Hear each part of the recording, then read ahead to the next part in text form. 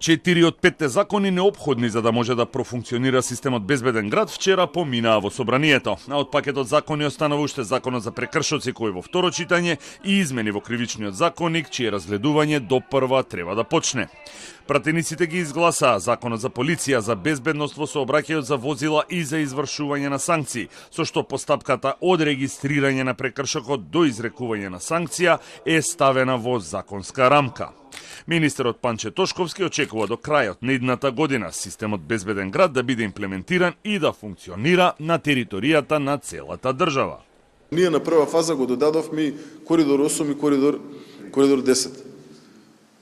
И тоа треба да го завршиме и ќе го завршиме заклучно со 1.2.2026 година.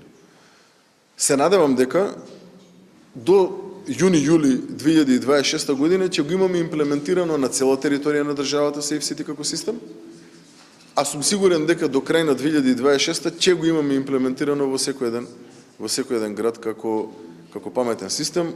Дел од законските измени предвидуваат 100 евра глоба доколку не се пријави промена на телефонот или електронската пошта на собственикот на возилото, а казните за фирмите се повисоки.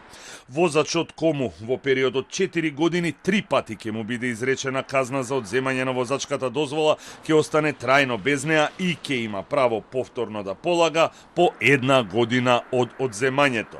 Измени ќе има и во должината на периодот кој може да биде одземена возачката дозвола, кој ќе биде продолжен и до неколку години.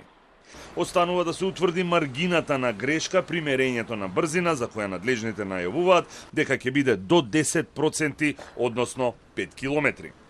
Никој нема да биде изземен во рамки на Safe City како систем, секако дека одредени возила имаат потреба да постапуваат согласно ургентни ситуации, како што се полициски возила при превземање на действија, возила на медицинска помош при превземање на действија.